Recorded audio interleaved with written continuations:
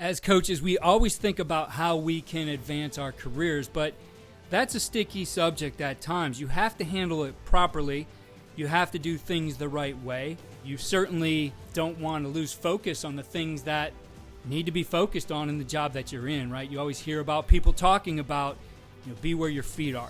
That doesn't mean you can't be advancing yourself in this career. It's about networking. It's about taking meetings and maybe even taking interviews and doing things the right way. So discussing that with me today is defensive line coach at Eastern Kentucky, a repeat performer on this podcast, Jeremy Hawkins. Jeremy, always great to have you here. Man, great to be here today. It's a blessing to be talking with you again. I think since the last time we had our conversation, we've kind of built a more of a relationship when it comes to off the podcast here. But it's a blessing to be back on the podcast with you and speaking about something our coaches need to hear, I think, and know exactly what, and how to do things. Sometimes I think it's, like you said, a sticky subject to talk about or to even interview or talk to potential opportunities. You got to do that to kind of advance in your career, to even get better as a coach, to get better in your networking. It's just overall, I think it's a good deal. So can't wait to talk about it.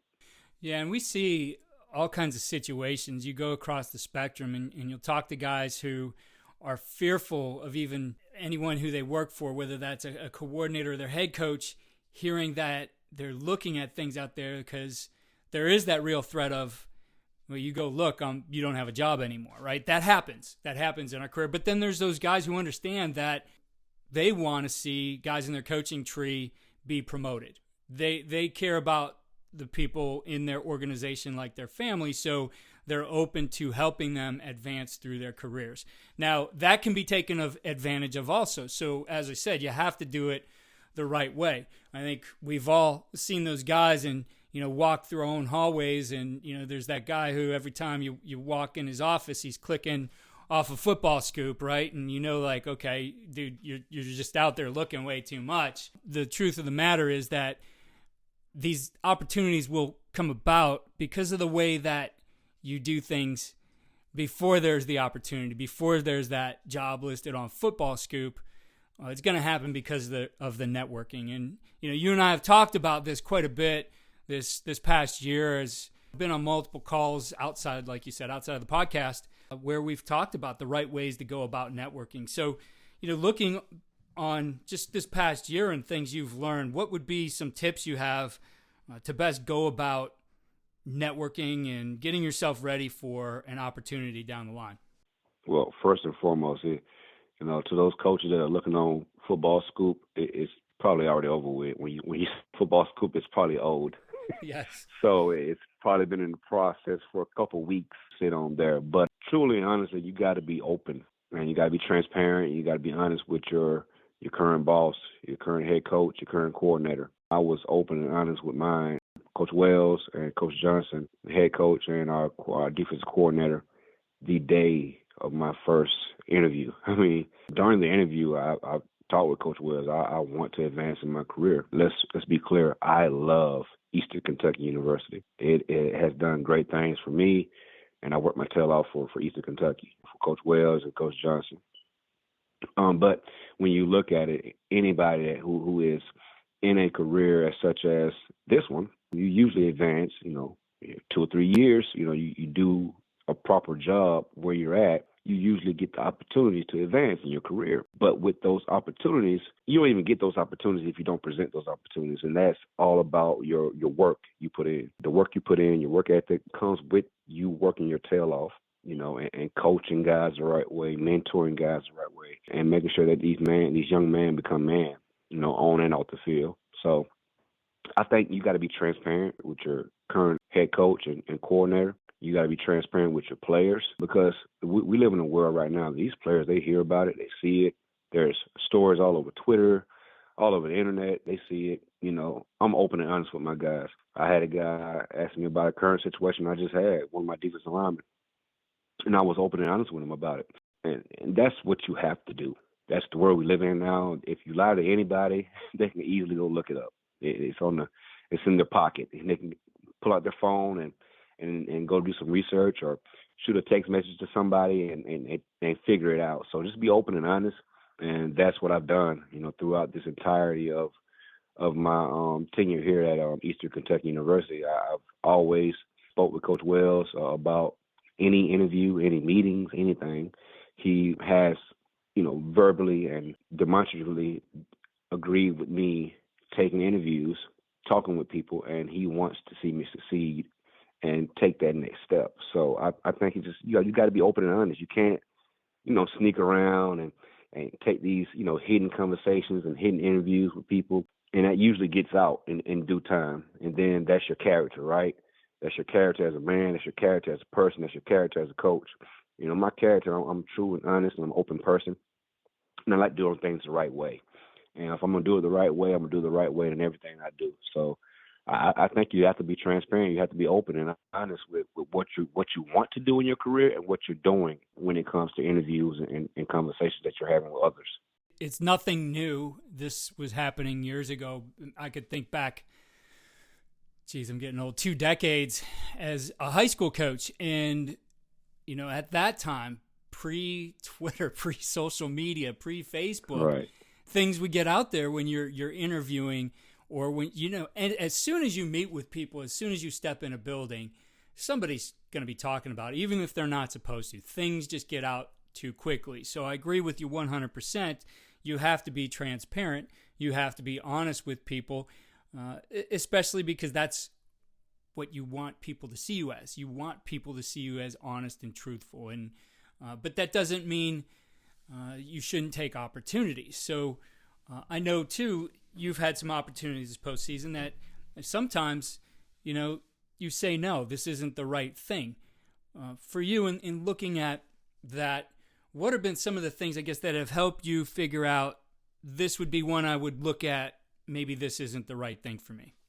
Well, first and foremost, I'm a God-fearing man. So I go to everything in prayer, and I make sure that, me and my wife, we pray about everything and get a good feel for the situation. For two, and I say open and honest and transparent with my head coach, I've talked to my head coach.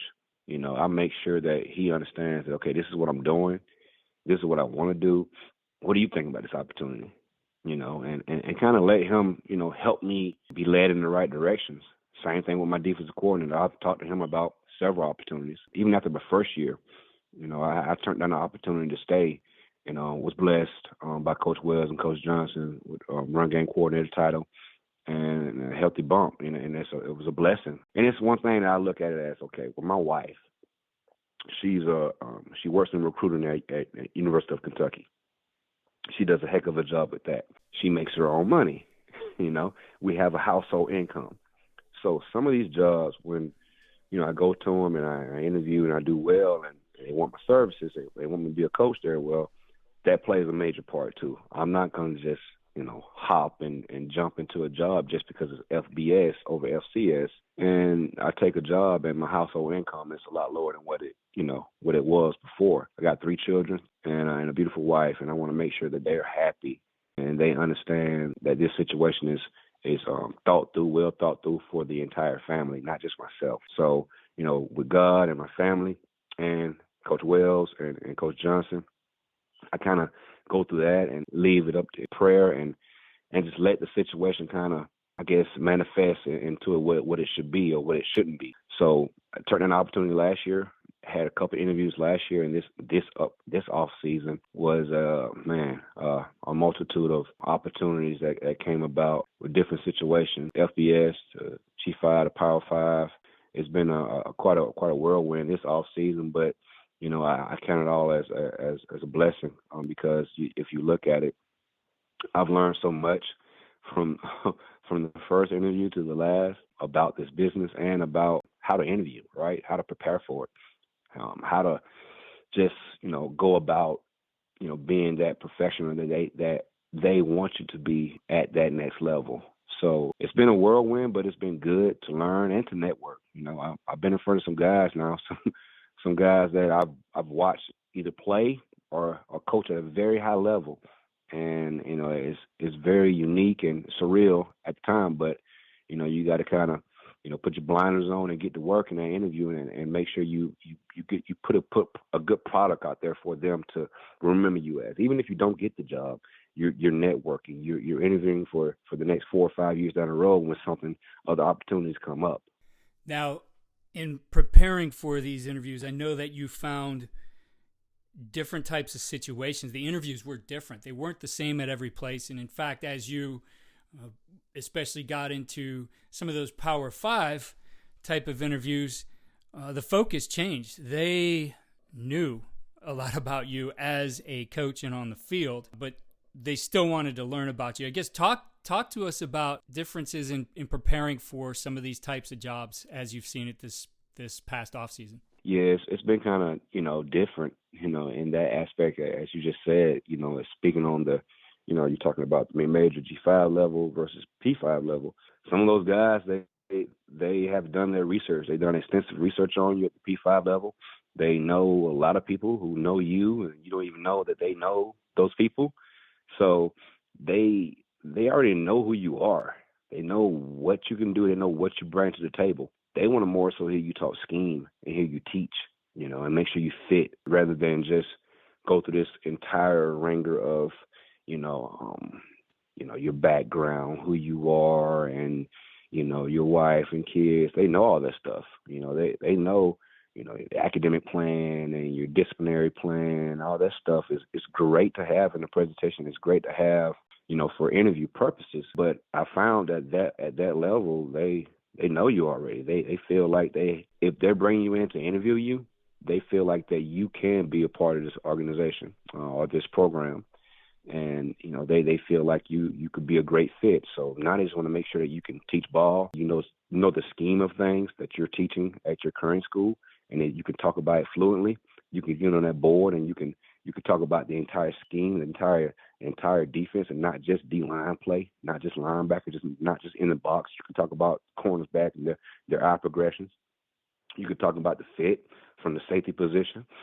They want to know that you know all those things because that's a part of it, right? That's when you're game planning. That's a part of it, to be able to connect with your current guys on staff, your current coaches that you coach with, that you can connect with them, the safeties coach, and you can understand that, sometimes you don't have that A-gap fit, and you know that, and you know how to make sure you coach your guys to understand that, hey, this safety has his fit if this happens, so it's more scheme, I think. It's more, can you get on that board? Can you teach? Do you know the scheme of things? Do you know football? Are you a good person? Do you fit what we do? And sometimes you may be all those things and you still not get the job. Yeah, well, with this, a lot of times there's a pecking order. There, you may not be the first guy they have in mind and bring you in for the job, but when you get that opportunity, you might not get the job, but if you do well, word's going to spread about you. That guy who maybe didn't pick you is talking to his buddy who has somebody come up saying, hey, you should look at this guy, right? So doing well at these interviews, even if you don't get the job, is a very important thing. It's going to lead to some things later. When you look at what you did to prepare for the interviews in terms of, I know it wasn't required at all of them, but some of them you had to present things. Like, what kind of things do you recommend putting together and having ready in case you're asked? Kind of what I just talked about. You want to have that presentation where it's flawless to the point where, you run the interview. You want to be able to present yourself and your product to that staff, that head coach, that coordinator, and at the end of it, you just want them to be like, man, that's a great job. Guys, any questions? And it's hard for them to get questions together because you've answered almost everything in that presentation. Like I said, you want to go from, your background, your family, academic plans, disciplinary plans, install, run progressions, pass progressions, drill work, just everything to that nature. And, we can dig deeper into it, but it's one of those things where you want the presentation to be flawless to the point where, like I said, nobody really has a question at the end of it. It's just kind of like, okay, wow, that's good, man. We can move on to the next segment of this interview. When you go into an interview situation, it's always a two-way street. You're also getting information about the program and learning more about them. What types of things do you focus on when you're trying to learn more about the program? I'm sure you go in and know a heck of a lot about the people and the program and what it's about, but what are some important things and questions that you like to get answered? I mean, most guys, I'm sure that they have, when they interview, they kind of get their answers through the interview. You want to know who you're working for, right? You want to know who this guy really is, because you go out to eat with him, the night before, and that next day, you want to know who he really is. When you got to eat with somebody and just have a conversation, watching a basketball game or something, that's no big deal. Anybody can do that, right? Anybody can have a good time doing that. Who is this person really? Truly. And they're doing the same thing with me. They're trying to figure out who I really am. Is he genuine? And that's why I'm always open and transparent and genuine about who I am. I want the same thing. I want to work for people that are real, genuine people, not just ball coaches, but people, real family man, real genuine people, that somebody you can actually go, have a sit down with and a conversation with, and come back in the office and still work diligently together efficiently and be happy about where you're working and who you're working for. We spend enough time in the office, right? We spend hours in this office, hours upon hours upon hours. You sacrifice so much with your family, your wife and your children, even your distant family. You sacrifice so much that I want to be in the office working for somebody that I don't want to be around, for the lack of better words. I want to be happy. I'm always that way. I always want to be happy. Now, that doesn't mean that we're not going to have times where we have to have a heated debate about something. That can happen, right? And we still can, like man, talk about it and figure it out. And, we get on this board and we can watch film and we can get it all drawn up and schemed up and we can, go about our day. I'm still good with this person, though. Heck, we got that now, but I want to work for somebody that is a good person, period. I want to make sure they're good people, and not just putting on for me during my interview, So I ask questions about their family. I ask questions about, what do they do outside of football? What are some of their hobbies outside of football? Maybe they say, oh, football is all I got. Okay, that's cool. All right, that's fine. All right, so what about your family? They have no family, no family, no wife, no kids. All they do is football. I mean, I'm not saying I won't work for a guy like that, but, that leads to a lot of different, scenarios, especially when you have a wife and children. Peace of mind. I make sure I search and dig and ask questions to make sure I have a peace of mind, because it's undefeated and it's no price tag on a peace of mind. My mental side, it needs to be on point at all times to make sure that I'm doing the best job that I can do for my players, all right, for the staff that I'm working for and with. And the most important one is for my wife and children when I get home. Heck, I just told you that, and we'll put it on recording here. The other day, the other week, I needed a little mental step back and a little mental break, take a deep breath from all this interviewing and ups and downs of it. I did that. We took a weekend. Me and my wife, we enjoyed each other, had a good time with the kids and everything. And we took a weekend and kind of just take a deep breath and debrief and move on and move to the next step of it, whatever it is, whatever God has for us. It's for us. So I make sure that my peace of mind, my happiness, that mental health is on point at all times. And if I'm not that, then you're not going to get the best of me. So during that interview, I make sure it's good people. It's good people. You don't want to work for bad people. That's the main thing for me. I think you'll agree with what I have to say here, because this is what I learned about you, and I think we did our first interview together, and I'll put a link to that one in the show notes. But it was before Lawrence First and Goal, which was January of 21, and at that time you weren't necessarily interviewing for jobs, but man, did you have your stuff organized and together. And I think if you're doing things right as a coach, there's not a whole heck of a lot to really get together. It's just going through and maybe pulling certain things out of it organizing it for the purpose of a particular place, or maybe some of the things you're going to be asked about, but it's not a scramble to say, oh, geez, I got to get ready for this. I got to spend extra time, because if you're doing it right, you've put these things together all along. And I've seen that from you. I guess recommendations in making sure that you've organized your things in a way that it's obviously ready for your players, for your installs, for everything you're going to do throughout the season, as well as for when somebody calls you up and say, hey, we want to talk to you about this job. Heck yeah. Man, I got things ready for every situation. I've had a lot of different jobs in this profession, in this business. I've been director of player personnel. I've been assistant director of player personnel. I've been in the player development role. I've been a defensive analyst. I've been a GA. I've been a QC. So I've interviewed and had and held jobs of so many different titles, right? So I have those things always ready, and that's, for lack of better, this term is that you always stay ready. You never got to get ready, right? That's how I look at it, and the same thing when it comes to my players, when it comes to installs, when it comes to drill work, it's always ready.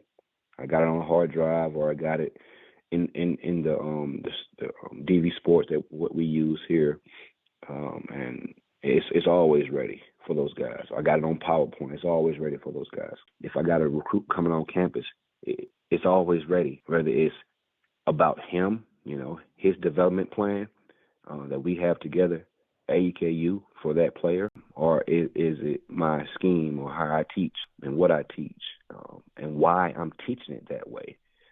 I want the guys to know, even the recruits that are coming in, why I teach it that way. Why do I do it this way? This is why. These are the results I get, and these are people who are doing it. That you might know more than me. Bigger names than me. So I always stay ready. It's like a plug and play for me. Whether that be an interview, whether that be a position meeting, whether that's a install meeting, whether that's a drill tape. I'm always ready with something. It's always organized, prepared, clean, and I can speak well on it. And it's an easy flowing thing. So I feel like that's where you have to be in this profession. All that stuff for me is kind of like my resume. Every year I just update it. It takes 2 minutes to go update it real quick. That's the same thing. If I get a call from, I'm just throwing some names out there. If I get a call from Green Bay Packers and tomorrow, and I'll be ready. It's a plug and play. I'll be ready to go for whatever they're looking for. So yes, you got to stay ready.